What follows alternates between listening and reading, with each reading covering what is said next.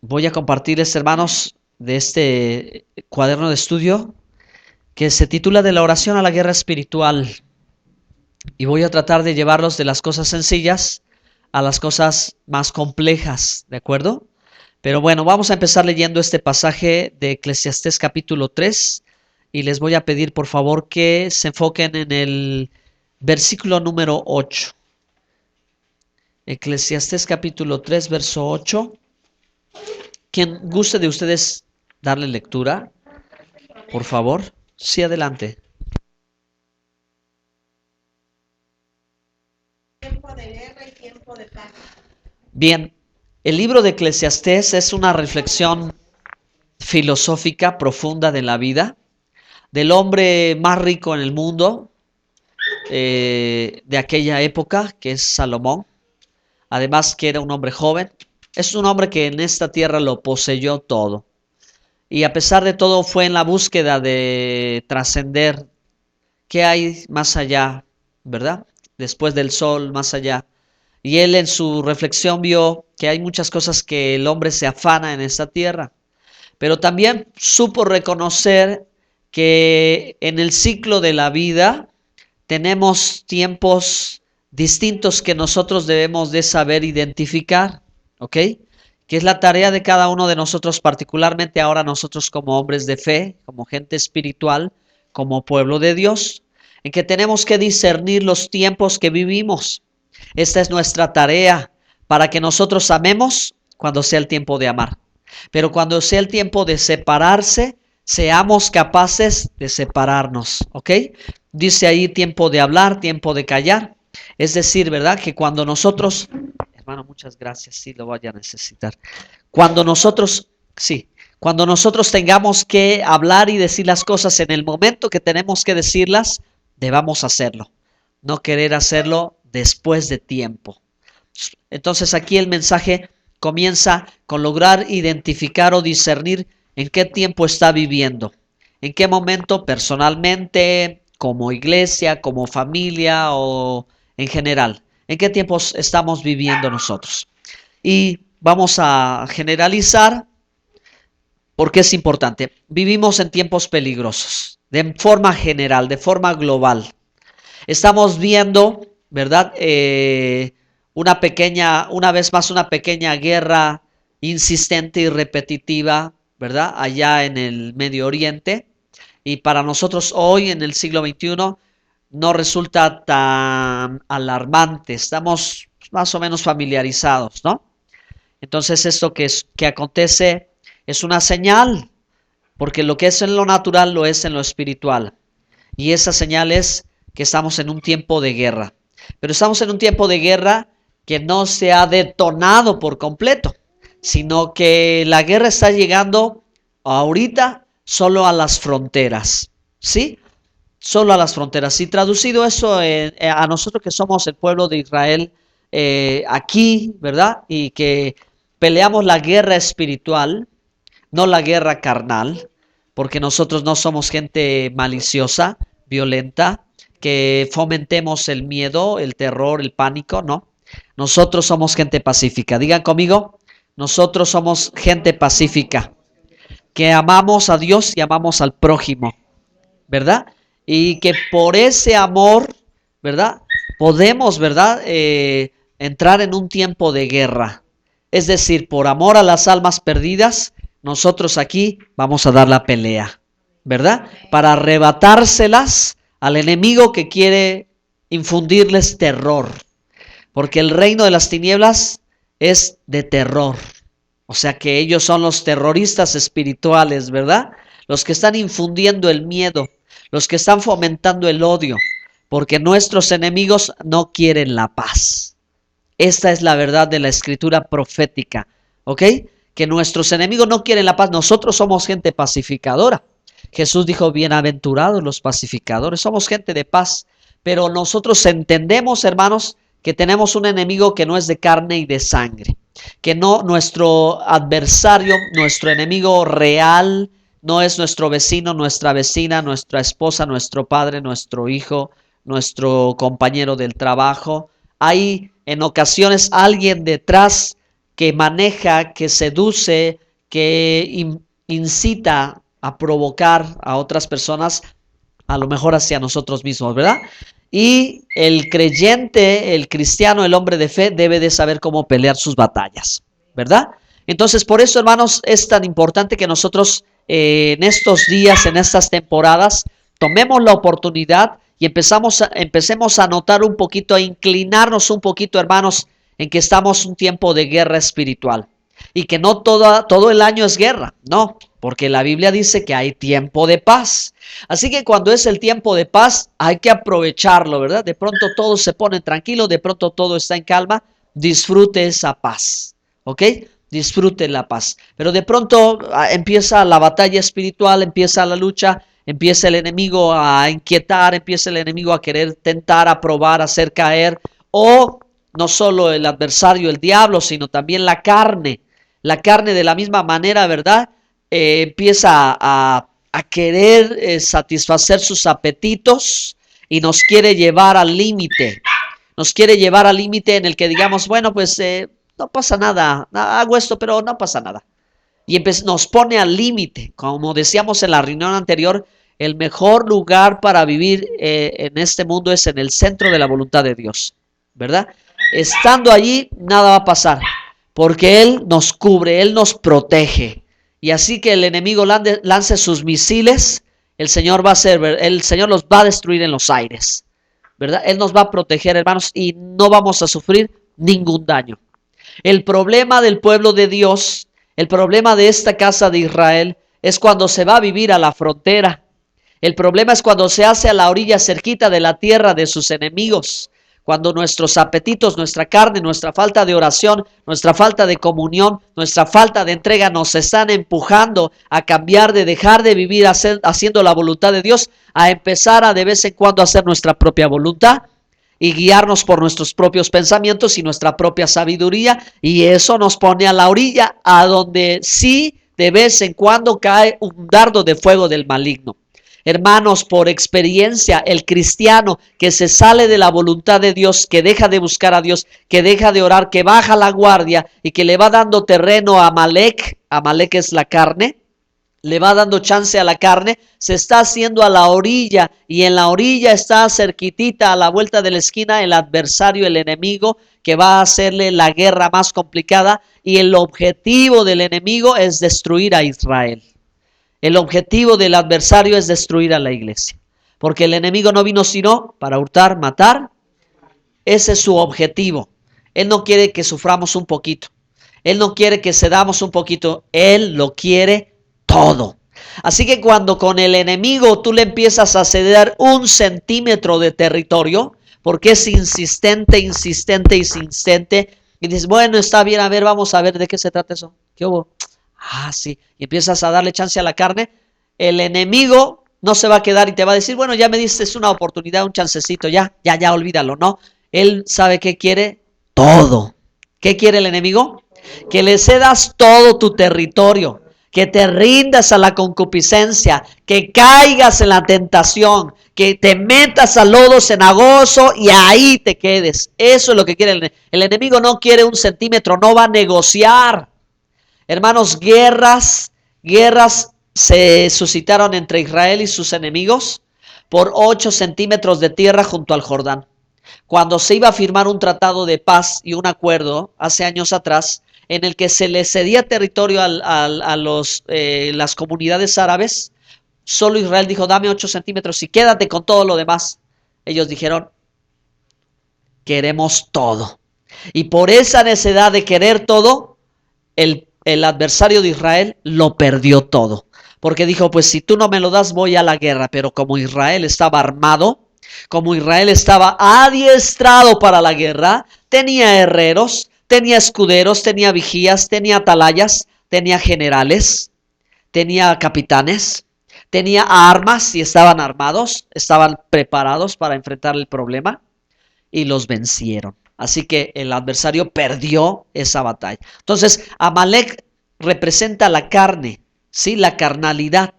Y Amalek, la Biblia dice que Dios dijo, por cuanto no destruiste a Amalek por completo, tendrás con Amalek guerra de generación en generación. Entonces, a la luz del Nuevo Testamento, entendiendo el sentido espiritual, significa que si nosotros, hermano, empezamos a ceder terreno a la carne es nuestro adversario, pero es un adversario complicado porque está en nuestro propio territorio. Ojalá y estuviera afuera, estuviera allá, estuviera lejos. No, está acá. Aquí está adentro y quiere controlarlo todo.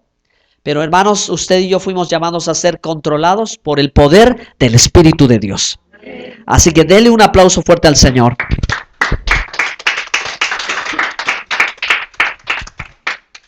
Ya está. Entonces, hoy, hermanos, vamos a ir viendo algunos pequeños detalles. Vamos a ver algunos versículos bíblicos. Empezamos con eso, discernir los tiempos. ¿Qué tiempo? A veces cuando la cosa está confusa, usted debe decir, Señor, ¿qué tiempo estoy pasando? Para que me adecúe a ese tiempo. Porque si es tiempo de paz, yo no puedo andar peleando. Si es tiempo de paz, voy a hacer la paz. Si es tiempo de abrazar y yo estoy, no, que háganse para allá, que déjenme. No, es el tiempo en que tengo que abrazar. Si yo me alineo a los tiempos de Dios, voy a ver victorias. Si yo estoy fuera de los tiempos de Dios, voy a salir derrotado, voy a salir perdiendo. ¿Ok? Entonces, también, hermano, si es tiempo de guerra, entonces hay que adecuar una mentalidad de guerra. Y cuando adiestras tu mente para la batalla, para decir, bueno, es tiempo de guerra, significa que hoy, hermanos, en Israel, la sirena ha estado sonando cada 15 minutos, sobre todo el territorio de Israel. Entonces ustedes deben de saber, hermanos, que hay sirenas que alertan a toda la población de un lanzamiento de un misil de la frontera a cualquiera de las ciudades de Israel, aún Jerusalén. ¿Ok? No hay ahora sí una zona que diga, bueno, esta no la quieren tocar, no, quieren donde caiga. Y fíjense, hermanos, suena la sirena, la voz de alerta, suena ahí están, alguien está pendiente, lanzaron, avisa, ¿verdad?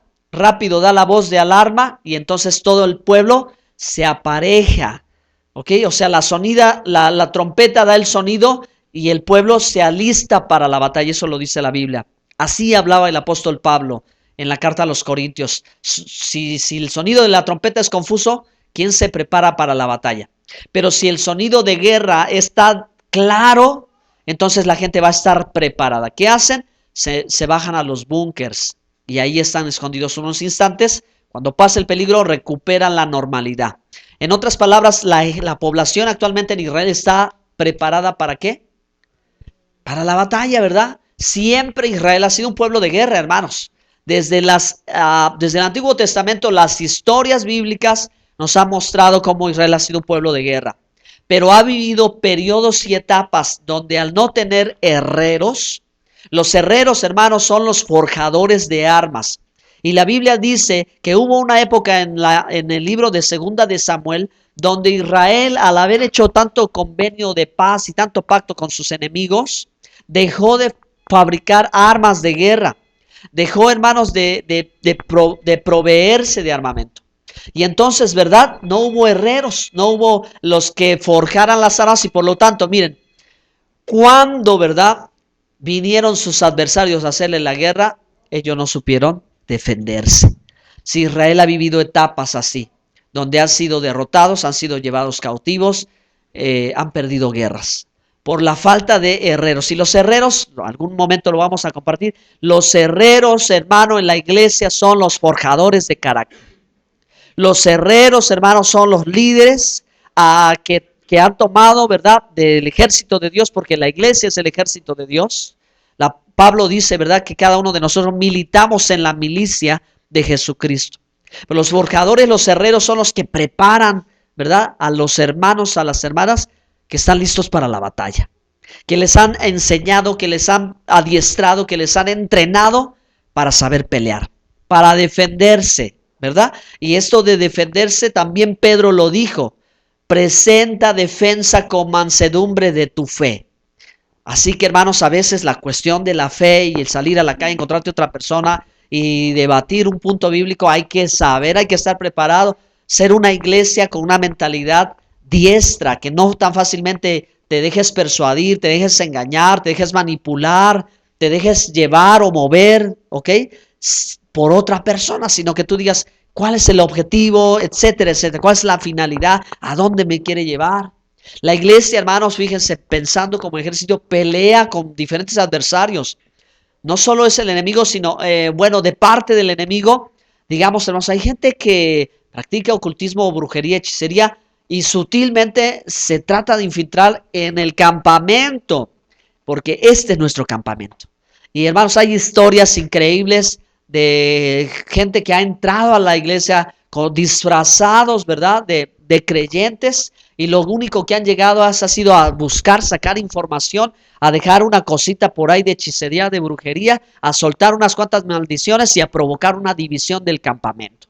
Cuando la iglesia misma no está diestra para este tipo de situaciones, no está el vigía, el profeta, el hombre de visión espiritual, de discernimiento espiritual, no está listo, pasa y se crea un gran problema. ¿Ok? Pero cuando la iglesia está lista y ve, ¿verdad? Empieza a discernir, rápidamente toma su actitud y dice, ¿qué información quiere? ¿Y tú por qué estás preguntando? ¿De dónde viene? O sea, no con facilidad. Sí, ese es el pastor y este es su número y viene de acá y le suelta toda la información y no sabe que ese hombre lo que va a hacer es hacerle la guerra. Ayunar, orar 40 días hasta que caiga el hombre de Dios o que caiga la mujer de Dios. ¿Me explico, hermanos? Entonces, bueno, pues solo estoy sondeando un poco, estoy hablándoles con mucha libertad en esta noche, diciéndoles, soltándoles algunas cuantas cosas con respecto al tema de la guerra espiritual. Entonces, si nuestra guerra, hermanos, no es terrenal, y nosotros en este mundo con nuestros vecinos debemos de mostrarnos amorosos, debemos de ser corteses, debemos de ser de buen testimonio, debemos de amarlos, perdonarlos, debemos de orar por ellos aunque ellos quizás no quieran nada con el Señor. ¿Dónde queda la parte del guerrero? ¿Dónde está el guerrero que tiene que aflorar, el guerrero espiritual? Bueno, entonces esto es lo que vamos a aprender. Que hermanos, en la oración, en la intercesión, en la adoración, en el clamor, ahí es donde tú y yo, donde ustedes y yo, hermanos, como ejército, como campamento, vamos a pelear. Porque la Biblia dice que nuestra batalla no es de este mundo. Nuestra guerra no es con este mundo, nuestra guerra es en los aires. Nuestra batalla es espiritual. Abran su Biblia en Efesios, pasaje clave, muy citado siempre, Efesios 6, verso 12. ¿Quién gusta leer? Efesios 6, 12.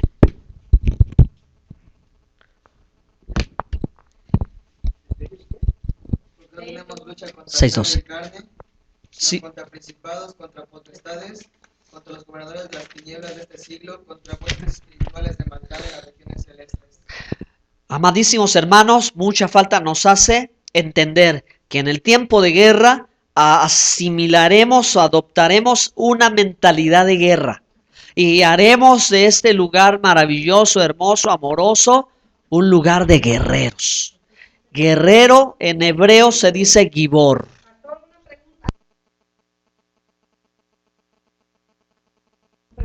Sí, es Efesios 6:12. ¿Alguien más lo quiere confirmar? 6:12. Perdón. Sí, 6:12. Sí, estamos bien, ¿verdad? Perfecto. Entonces, no, seguimos adelante. Repito una vez más, en el tiempo de guerra adoptaremos una mentalidad de guerra y entenderemos más, hermanos, por qué al congregarnos, al orar, al adorar al Señor, debemos de hacerlo con pasión, con fuerza, con entusiasmo, porque levantar nuestra voz. Porque, hermano, mientras usted y yo al congregarnos y venir a este lugar estamos buscando de Dios, estamos realmente llevando a cabo una guerra espiritual. Y cada vez que la iglesia en la tierra se pone a orar y se pone de acuerdo, en el cielo los ángeles de Dios se empiezan a organizar los ejércitos y a ponerse de acuerdo. Lo que es en lo natural es en lo espiritual, lo que acontece en la tierra acontece en el cielo. La iglesia afecta lo celestial, lo espiritual, y luego lo espiritual afecta lo terrenal. Una guerra para ser ganada no se comienza en lo terrenal, ni con las armas terrenales, ni con la sabiduría de los hombres, sino se comienza en lo espiritual. Y todo cambio, toda transformación, toda gente que va a ser ganada para Cristo, primero se ora por ella. Primero se clama por ella, primero se pelea esa batalla, y una vez que se gana esa batalla en lo espiritual, las cosas en lo natural van a suceder. ¿Están aquí? Perfecto. Entonces, para hacer esto un poquito más dinámico, porque la idea es que también, hermanos, ustedes y yo empecemos a interactuar, voy a decir esta palabra y ustedes me van a secundar. Y lo que van a hacer, hermanos, es que van a dar un grito. ¿Ok? Esta palabra es, en hebreo se dice milhamá, y milhamá es guerra. ¿Qué significa milhamá? Guerra. ¿Qué significa milhamá? Guerra. Ok, entonces, al decir milhamá, guerra. Ok, sí, pero lo que van a hacer ustedes no es que van a decir guerra, sino van a dar un grito de guerra. Me faltó decirles eso, ¿de acuerdo? Para que, vamos a ver cómo nos sale. Allá en Orizaba empezamos muy tibios y luego ya terminamos bien prendidos, como dicen por ahí, ¿no? Entonces, milhamá. Fíjense si es cierto, ¿verdad?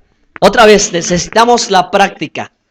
Cuando ya tengamos esto dominado, el que venga aquí y oiga eso, va a decir, ¿qué es esto? ¿Dónde estoy?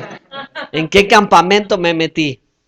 Vamos a ver. Ustedes van a dar un grito de guerra, pero vamos a afinar el grito de guerra. El grito de guerra no es el grito de júbilo.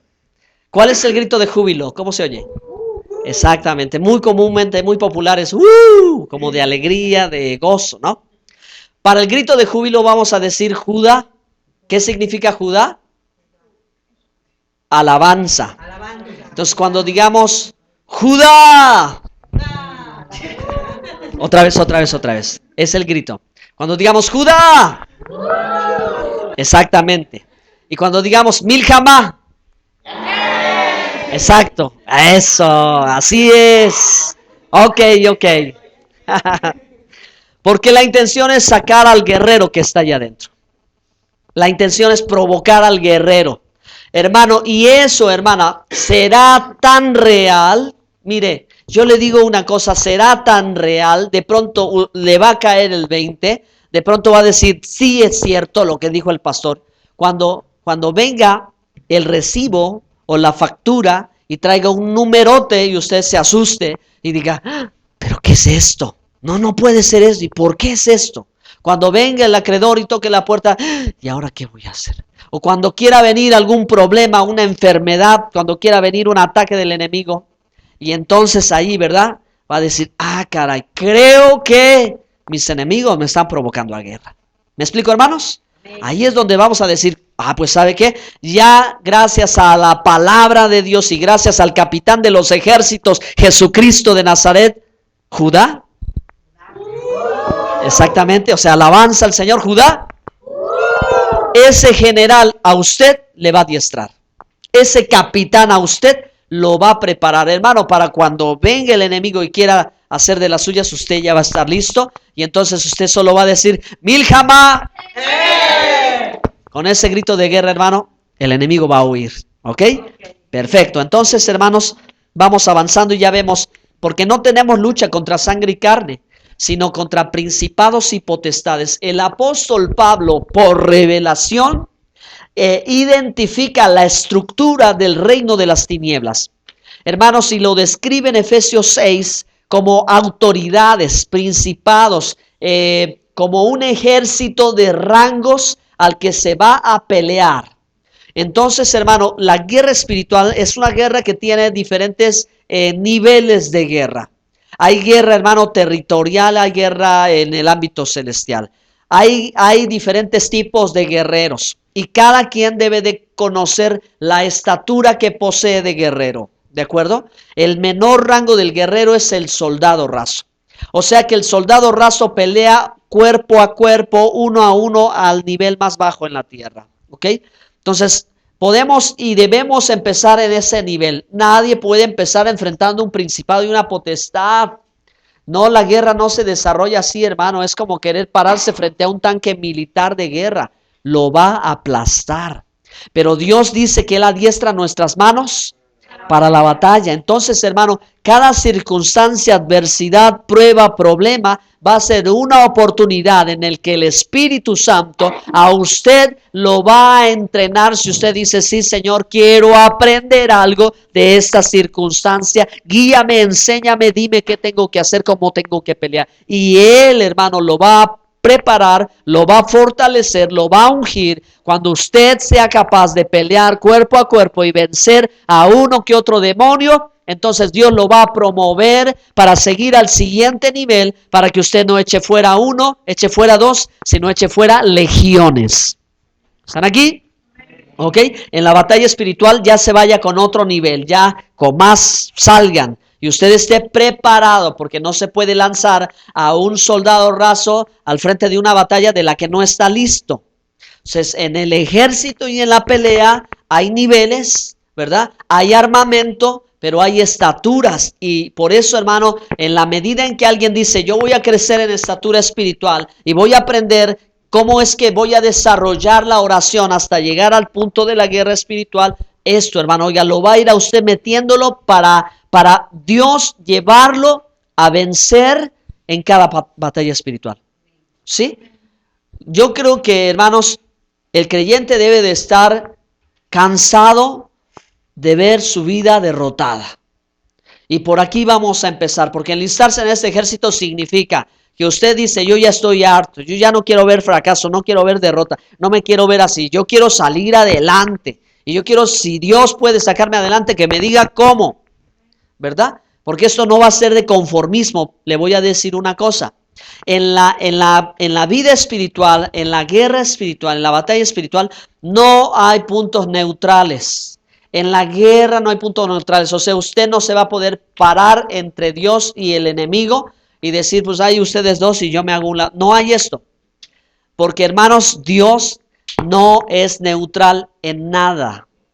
Dios no es neutral en nada. Él siempre asume una posición y generalmente siempre asume la posición correcta. Dios no se equivoca. Él dice, esto es lo correcto, no voy a estar indiferente ante este problema. No, Él ya tiene posición. Y los que se alinean de su lado y están con Él en lo que Él dice que es verdadero, van a ganar. Pero los que quieren estar a la mitad, el enemigo no va a hacer tregua. Él no hace tregua porque el diablo no duerme.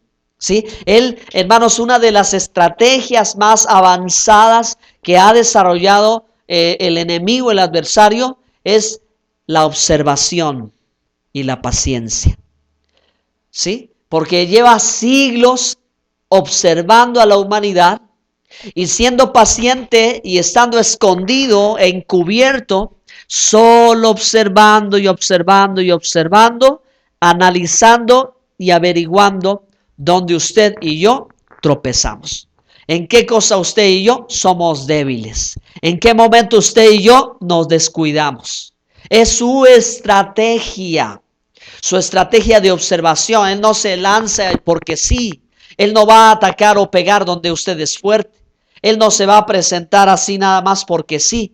Es sutil, estratega, guerrero, que sabe ocultarse, esconderse muy bien y que con sutileza prefiere no pelear fuera, prefiere, si puede, empezar a ganar terreno de las emociones y de la mente. Y ahí es donde empieza a martillar con que Dios dijo, no es cierto lo que Dios dijo. El día que de él comieres no vas a morir. La sutileza para engañar a Adán y a Eva. Desde entonces ha hecho con toda la humanidad lo mismo y está esperando la ocasión en donde cada persona falle para que entonces ahora sí, donde es más débil, donde esto se puede reventar, ahí va a jalar, ahí va a tratar de pegar. Y si él puede pegar al corazón, pegó al centro de usted y de mí. Si él baja acá, porque para llegar aquí primero tiene que pasar por acá, ¿sí? Porque la entrada es por acá. Si llega alguien a convencer que se dé por vencido, que no puede más, entonces va a bajar aquí y va a empezar a contaminar todo con amargura, con resentimiento, con odio, con rencor, con tristeza, con depresión, con soledad, con miedo. Y entonces cunde todo el territorio y ya lo conquistó. Entonces el guerrero, el cristiano, el creyente debe saber que la pelea, cuando es en su territorio, cuando los dardos de fuego son las mentiras, los engaños, son las palabras sutiles que él comienza. Él no puede saber lo que usted piensa, pero él sí puede hablar y tratar de tentar, tratar de persuadir, tratar de engañar. Si usted desde acá lo despacha, jamás va a bajar al corazón. Porque la Biblia dice que sobre toda cosa guardada, guarda tu corazón. Entonces, hermano, si está guardado, está sano, está limpio, sigue siendo perdonador, amoroso, sigue siendo alegre, sigue sintiendo vida. Aquí las batallas van ganándose. Pero cuando empieza a perderse en el terreno de la mente, de los pensamientos, viene el fracaso, viene el temor, viene la duda, viene la incredulidad, el escepticismo, entonces él empieza a bajar y va a lastimar. ¿Ok, hermanos? ¿Están aquí? Entonces tenemos el arma más poderosa, o tenemos armas. Vayan por favor a 2 de Corintios.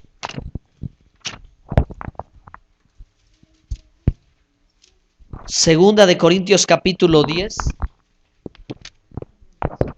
verso 4. Confirmen, por favor, cuando lo tengan.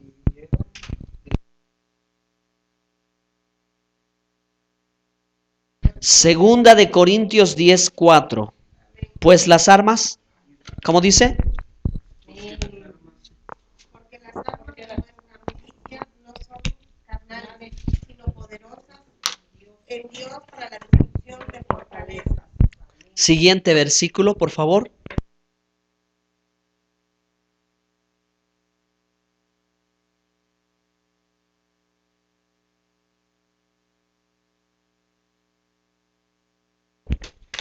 Porque las armas de nuestra milicia no son carnales, sino espirituales, hermanos. Y nuestras armas son poderosas en Dios. Entonces, ¿cuáles son esas armas? Primera arma, hermano, la palabra de Dios. La Biblia, hermano, es el arma más poderosa, porque lo que no pueden hacer las pistolas ametralladoras hoy, la palabra de Dios lo puede hacer. Porque ella no toca el cuerpo, ella traspasa la mente, el corazón, hasta los huesos, y llega al espíritu del hombre. Y cuando la palabra de Dios toca el espíritu del hombre, le da la capacidad de cambiar, ¿sí? Lo transforma. Y el que es corazón de piedra se vuelve corazón de carne. Por eso vale la pena pelear esa batalla.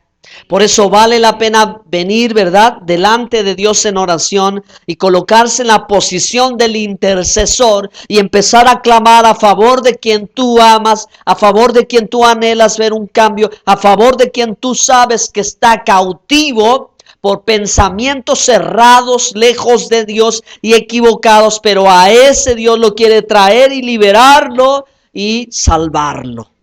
Amén. Entonces nuestras armas son poderosas. Primera arma, la palabra, y segunda arma, la oración. La oración todo lo cambia. Todo comienza con oración. Cualquier anhelo, cualquier deseo comienza con la oración. Pero si el creyente no ora, si el creyente no busca al Señor, y si el creyente no sabe despegar los pies de la tierra y subir, ascender en oración, me refiero, hermano, hablando en el sentido espiritual. Si no nos desconectamos un poco de la tierra y nos conectamos hacia el Señor y en nuestra oración llegamos a ese punto, hermano, no vamos a estar preparados para enfrentar la guerra, ¿sí? Tenemos que saber, hermanos, cómo la oración avanza y cómo alguien puede poder aprender a orar tanto y tan bien que de pronto, hermanos, sus oraciones no solamente sean las lecturas de los salmos o de un libro de oraciones, sino sean sus propias oraciones espontáneas que empiecen a tocar los aires y que sean capaces de romper cielos de bronce.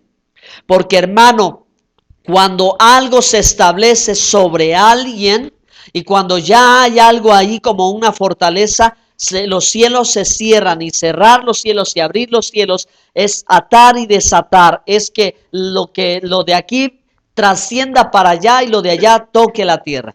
O sea, que cuando yo oro y ayuno y nada sucede, quizás sobre mí hay una barrera de hierro, una barrera, cielos, la Biblia lo dice por el profeta, cielos de bronce, que por más que golpeo, estoy como encapsulado.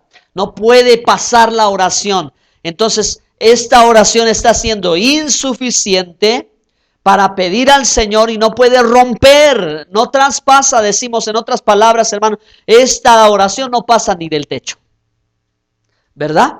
Entonces, ¿cómo, hermanos, nosotros podremos, hermanos, hacer que nuestra oración pase del techo y llegue a la misma presencia de Dios? Y que de la presencia de Dios venga la respuesta. Cuando aprendes a ir de la oración a un mayor nivel. Cuando tú vas de la oración, ya no la oración leída, la oración aprendida de memoria, sino la oración espontánea que va a fluir guiada por el Espíritu de Dios. Porque la palabra de Dios dice en Romanos capítulo 8 que nosotros intercedemos por el Espíritu de Dios, porque es el Espíritu de Dios que nos enseña a orar y a pedir lo que Dios nos quiere dar. Entonces, hermanos, eso es mentalidad de guerrero. Significa que como campamento, ejército, iglesia, cuando tú ores, procura que tu oración no sea una simple oración o una oracioncita nada más. Tiene que ser una oración que si tú necesitas que traspase el techo, tú puedes lograr que el techo sea traspasado, porque tú vas a pasar de orar a empezar a interceder, a empezar a clamar, porque ya no le voy a pedir solo al Señor, yo le voy a pedir con el ingrediente que necesito, que es la desesperación, que es, ¿verdad?, el anhelo, que es algo dentro de mí, que yo sé que yo no puedo quedarme brazos cruzados y solo decir, Señor, así, no, Señor, empezar a clamar. Porque, hermano, el salmista decía, ¿verdad?, que él no solo hacía unas pequeñas oraciones, dice, clamé a ti y tú me escuchaste. Entonces, eso es, hermano, ir de la oración a la guerra espiritual. Ir de la oración guiado por el Espíritu Santo a orar. No es cuestión de orar más tiempo, es cuestión de orar con más intensidad. Es cuestión de orar como que si sintieras un dolor que no te deja y que tú quieres y necesitas salir urgentemente. Recuerden que Jesús enseñó una parábola de una viuda que llegó a la puerta de un rey y tocaba insistentemente a la puerta y ya era muy noche. Y entonces ella estaba, insiste, hasta que el rey, cansado de tanta insistencia, dijo, pues vamos a darle lo que pide ya que se vaya, porque ha venido a estas horas a incomodarme y a pedirme justicia, denle lo que pide. Pero Jesús enseñó eso, enseñándole a sus discípulos a no desmayar en la oración. ¿Cuántos tienen voz de júbilo, Judá? ¿Milcama? Ok, bien.